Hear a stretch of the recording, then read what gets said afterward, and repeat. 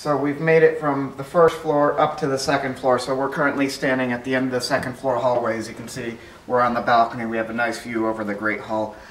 So before we check out any of the rooms on this floor, we talked about William Gillette's fire suppression system when I showed you the hose down in his pantry.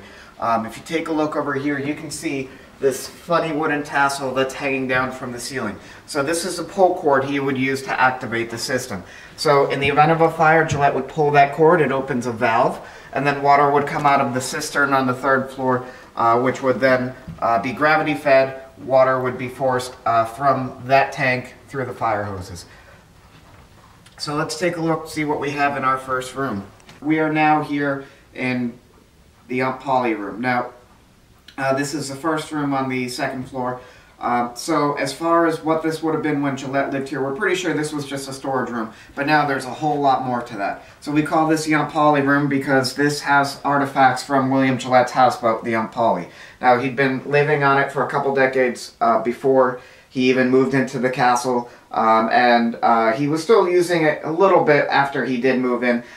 He had it moored down by the river, and that's where she was when she caught fire and burnt down, and that was back in 1932. And we'll actually show you the wreckage and tell you a lot more about the boat in a future video. But you can see a lot of the fun pieces that we have in here. So you've seen the paddles, the oars. You can also see a lot of the glasswork here that we took off of the boat. So this is all customized glasswork. This was commissioned by William Gillette. The glass was made by Walter Cole Brigham, who is an artist out of Shelter Island, New York. He specialized in a method known as marine mosaic, where he incorporated the sea glass, the pebbles, shells, things of that nature, to the glass work. And then over here we also have a display case with some items that came off the boat. So we have some random knickknacks, things of that nature. We have some of the linens.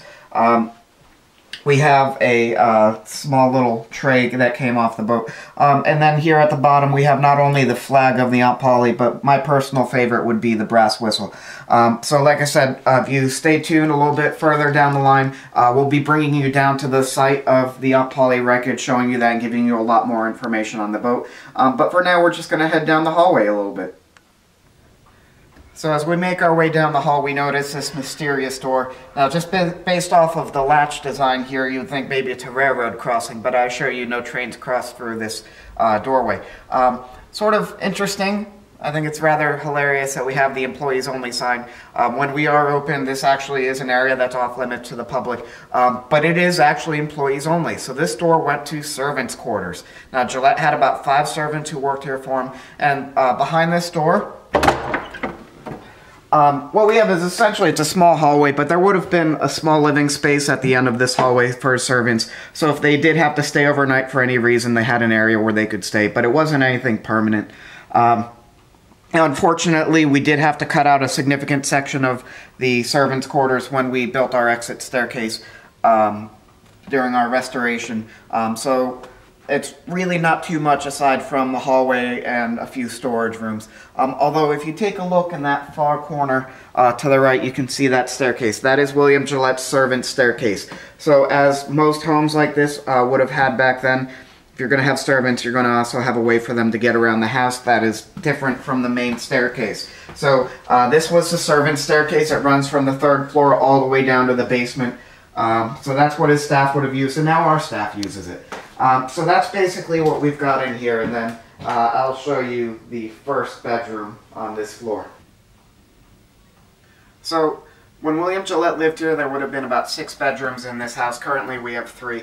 So this is one of them. This would be the green bedroom. Now, if you were a family member or a close friend of William Gillette, he would have made sure that you were treated properly and well taken care of. So this room actually would have been used by William Gillette's niece, Margaret Warner. She was the daughter of Will's sister, Lily, and she was one of William Gillette's favorite nieces. Now, she would have spent a fair amount of time here.